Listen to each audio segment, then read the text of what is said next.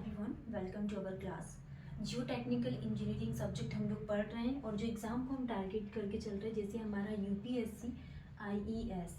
UPSC IES का exam हुआ and MPPSC एई का एग्ज़ाम, एमपीपीएससी एई, और जैसे कि आरआरबी जेई हुआ और एसएससी जेई हुआ एंड सब इंजीनियर व्यापम सब इंजीनियर।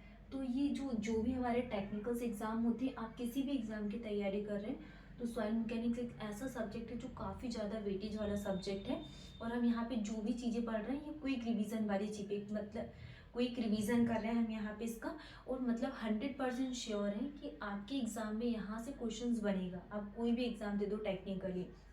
तो जनरली अभी तक हमने यहाँ पे इस यूनिट को स्टार्ट किया, जिसमें से हमने यहाँ पे सिलेबस के बारे में डिस्कस किया, फाउंडेशंस क्या होती हैं, और हम यहाँ पे हमने टाइप्स ऑफ फाउंडेशंस के बारे में डिस्कस किया था, जिसमें से दो साइंटिस्ट थे, टर्ज़ागी एंड स्कैम्पटन।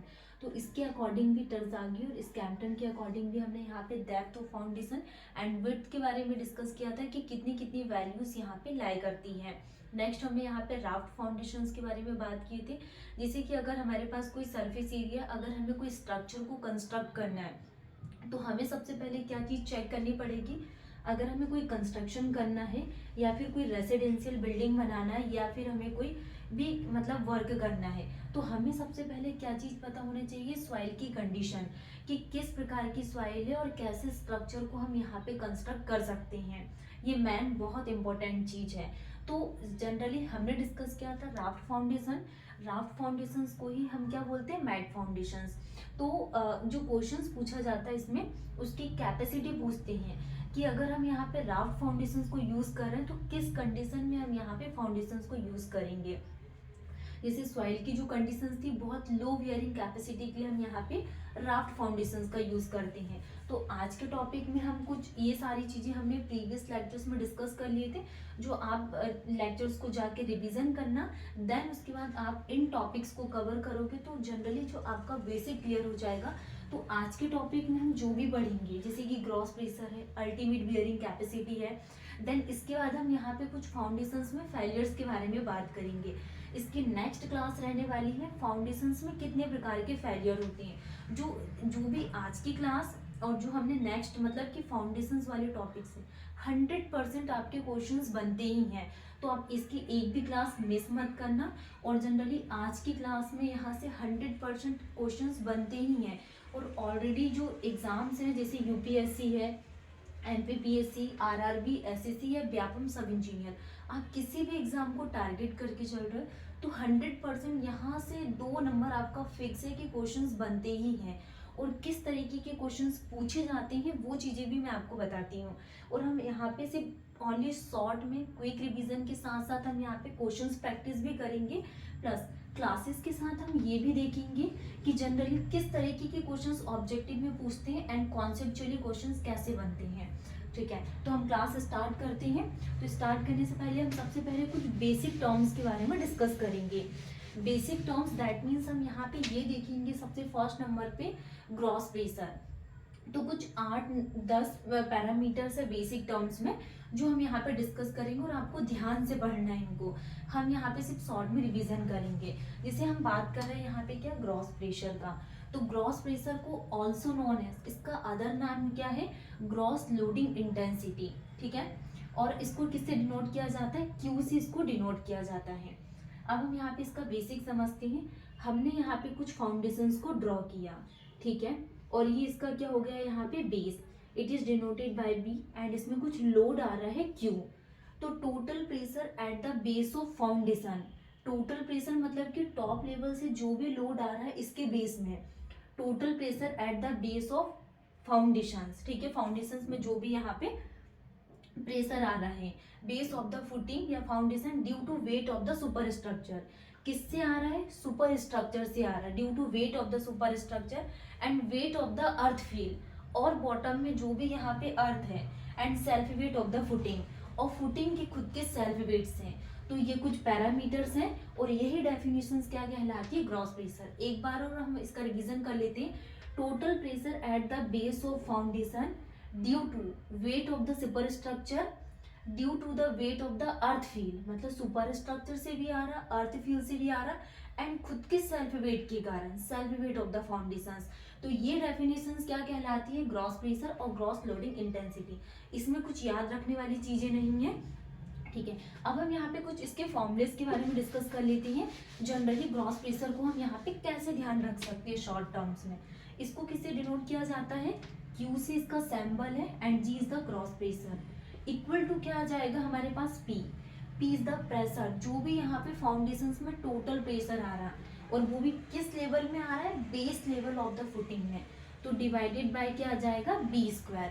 ओके, फिर हम यहाँ पे plus unit weight and DF क्या है यहाँ पे, डेप्थ ऑफ फाउंडेशंस। तो ये फॉर्मूला आपको जनरली ध्यान रखना है, QG equal to P divided by B² plus gamma, and DF is the depth of foundations. Okay, next parameter हम बात करने वाले नेट प्रेशर इंटेंसिटी के बारे में। नेट प्रेशर इंटेंसिटी को भी समझेंगे हम यहाँ पे। सिर्फ आपको ध्यान रखना है एक ग्रॉस प्रेशर, और अगर ग्रॉस प्रेशर समझ में आ गया तो आप सारे बेसिक टर्म्स को अपने हिसाब से बना लेंगे। तो नेट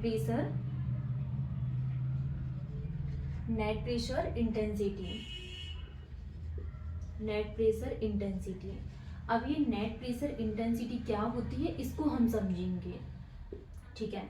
तो नेट प्रेशर इंटेंसिटी जनरली क्या होती है, एक्सेस ऑफ ग्रॉस प्रेशर। जो डेफिनेशंस अभी हमने समझे थे, क्या है यहाँ पे, फाउंडेशंस में जो भी लोड आ रहा, तो जनरली जो नेट प्रेशर है ये ग्रॉस प्रेशर का एक पार्ट है, the part of gross pressure at the base of footing, मतलब कि फुटिंग के बेस में, ठीक है। तो ये क्या है, excess of the gross pressure, excess of gross pressure to overburden pressure, excess of gross pressure to overburden pressure. तो यही डेफिनेशंस हमारे पास क्या कहलाती है, सिर्फ आपको वन वर्ड्स में यही वर्ड ध्यान रखना है, ये पार्ट है ग्रॉस प्रेशर का, और इसको मेजर किया जाता है बेस ऑफ द फुटिंग या फिर फाउंडेशंस लेवल से। तो ये टर्म्स क्या कहलाता है, net pressure intensity.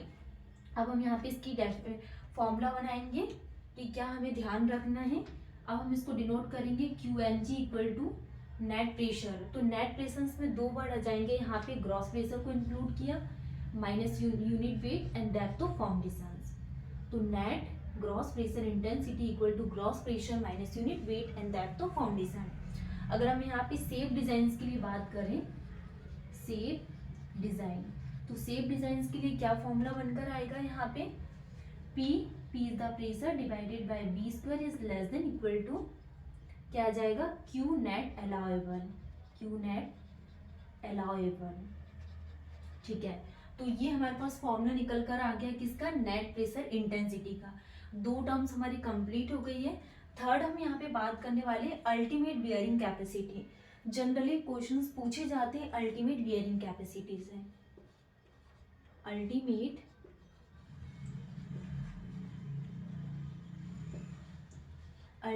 Bearing capacity, ultimate bearing capacity. तो अल्टीमेट बियरिंग कैपेसिटी को किससे डिनोट किया जाता है, QU से हम इसको डिनोट करेंगे अल्टीमेट बियरिंग कैपेसिटी को। अब अल्टीमेट बियरिंग कैपेसिटी क्या होती है, मैक्सिमम ग्रॉस इंटेंसिटी लोडिंग, मतलब कि ज़्यादा से ज़्यादा जो भी लोड आ रहा है, तो maximum gross intensity that the soil can support before it fails in shear.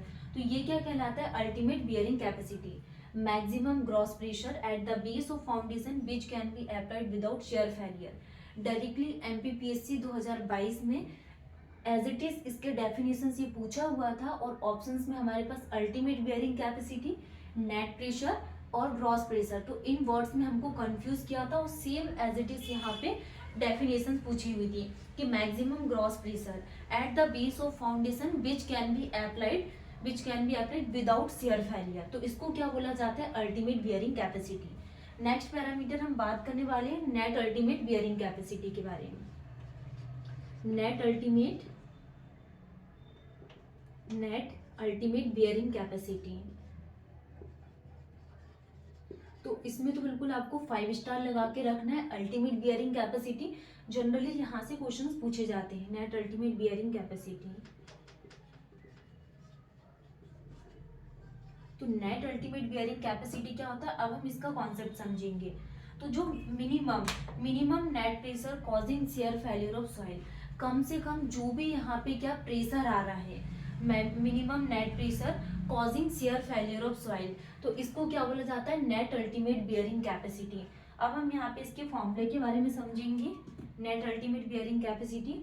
तो net Q N U equal to क्या आ जाएगा यहाँ पे, ultimate minus unit weight and depth of foundations, ठीक है, इक्वल टू कितना आ जाएगा, total pressure divided by base of the foundations. तो ये क्या कहलाता है, net ultimate bearing capacity. Net ultimate bearing capacity equal to ultimate bearing capacity minus unit weight and depth of foundations. Next parameter क्या आ जाएगा, gross safe bearing capacity.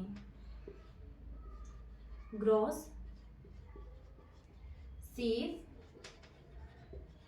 Bearing capacity, gross safe bearing capacity. तो gross safe bearing capacity क्या होता है, it is denoted by QS equal to net ultimate bearing capacity divided by factor of safety plus unit weight and depth of foundation is called the gross safe bearing capacity, ठीक है। Net ultimate bearing capacity divided by factor of safety plus unit weight and depth of foundation is called the net safe bearing capacity. और अब next parameters हम बात करेंगे। Net safe के बाद safe bearing capacity क्या होती है, सेफ बियरिंग कैपेसिटी और कुछ अलाउएबल से भी यहाँ पे कभी कभी क्वेश्चंस बन जाते हैं, तो हम अलाउएबल बियरिंग कैपेसिटीज को भी डिस्कस करेंगे। सेफ बियरिंग कैपेसिटी,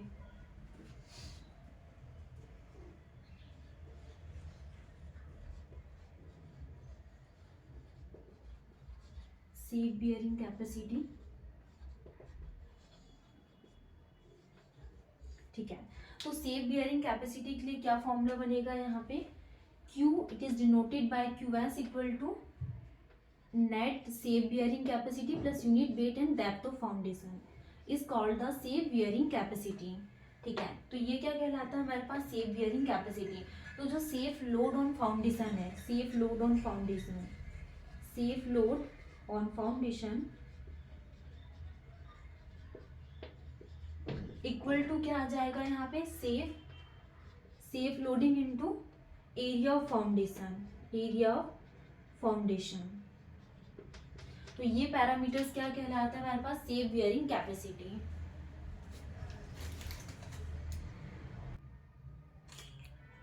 अब हम यहाँ पे ये देखेंगे अलाउएबल बियरिंग प्रेशर क्या होता है। तो अलाउएबल बियरिंग प्रेशर में अभी हम क्या देख रहे थे, तो ये maximum net intensity of loading है। ज़्यादा से ज़्यादा जो भी हम यहाँ पे नेट इंटेंसिटी ऑफ लोडिंग का यूज़ करते हैं that can be imposed on the soil. अगर हमारे पास कोई सॉइल का पैरामीटर है और उसमें क्या बहुत ज़्यादा एक्सेसिव लोड आ रहा है, तो क्या आ जाएगा, maximum net intensity loading that can be imposed on the soil with no possibility of shear failure और पॉसिबिलिटी ऑफ एक्सेसिव सेटलमेंट। या तो सॉइल में एक्सेसिव सेटलमेंट के चांसेस हो सकते हैं या फिर हमारे पास सॉइल में क्या एक्सेसिव लोड आ सकता है। कुछ पॉइंट्स है जो आपको ध्यान रखना है एग्जाम के पॉइंट ऑफ व्यू से, तो हम यहाँ पे नोट करके लिख लेते हैं। जैसे कि अगर हम यहाँ पे क्या सेफ बियरिंग कैपेसिटी के लिए बात करें कि जो नेट सेफ बियरिंग कैपेसिटी और सेफ बियरिंग कैपेसिटी है, net safe bearing capacity, net safe bearing capacity, bearing capacity, net safe bearing capacity और सेफ बियरिंग कैपेसिटी और सेफ बियरिंग कैपेसिटी, ये क्या है, स्मॉलर है bearing capacity. It is smaller of net safe bearing capacity and safe bearing capacity. ये points आपको ध्यान रखना है। और हम यहाँ पे एक और पॉइंट है फैक्टर ऑफ सेफ्टी के लिए, तो जो डीलिंग विद सेटलमेंट होगा उस केस में हम यहाँ पे फैक्टर ऑफ सेफ्टी का यूज नहीं करेंगे।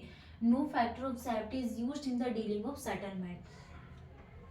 तो हम इसको लिख लेते हैं, no used dealing with, no use factor of safety in the dealing of settlement, dealing of settlement, foundations का जो भी सेटलमेंट होगा। तो ये सारे जो जितने भी बेसिक टर्म्स है हमारे पास, हमने सबसे पहले क्या पढ़ा था, थोड़ा सा हम लोग रिवीजन कर लेते हैं। आज की क्लास में हमने सबसे पहले कुछ बेसिक टर्म्स में क्या स्टार्ट किए थे। फर्स्ट में हमने यहाँ पे ग्रॉस प्रेशर्स को कंप्लीट किया, जो आपको ध्यान रखना है वन वर्ड्स में, एंड इसकी हमने यहाँ पे डेफिनेशंस भी डिस्कस किए थे कि क्यूजी इक्वल टू कितना होता है यहाँ पे, gross pressure ultimate bearing capacity minus unit weight and depth of foundation. Next parameter में हमने अल्टीमेट बियरिंग कैपेसिटी को स्टार्ट किया था, एंड फिर हमने यहाँ पे ultimate bearing capacity, and then उसके बाद net ultimate bearing capacity. Net ultimate bearing capacity के बाद हमने ग्रॉस सेव बियरिंग कैपेसिटी को पढ़ा कि ग्रॉस सेव बियरिंग कैपेसिटी क्या होती है, एंड देन उसके बाद अलाउएबल बियरिंग कैपेसिटी। तो ये कुछ 10 पैरामीटर्स है जो हमारे पूरे कंप्लीट हो गए हैं, और नेक्स्ट क्लास में अब हम ये देखेंगे जनरली फाउंडेशंस में कितने प्रकार के फेलियर होते हैं। तो ये सारे पैरामीटर्स आपको ध्यान रखना है। अल्टीमेट बियरिंग कैपेसिटी बहुत ज़्यादा इंपॉर्टेंट है, और एक हमारे पास ग्रॉस सेव बियरिंग कैपेसिटी है। फिर हम यहाँ पे इसके बारे में डिस्कस करेंगे यहाँ पे कि फाउंडेशंस में कितने प्रकार के फेलियर होते हैं। जैसा हमने 3 टाइप के फेलियर्स हैं, general shear failure, punching shear failure, और क्या होता है लोकल शियर फेलियर। तो 3 टाइप के जो फेलियर्स रहते हैं इनसे भी क्वेश्चंस बनते हैं। इसमें से सॉइल पूछा जाता है कि किस प्रकार की सॉइल के लिए हम यहाँ पे फाउंडेशंस का यूज करते हैं।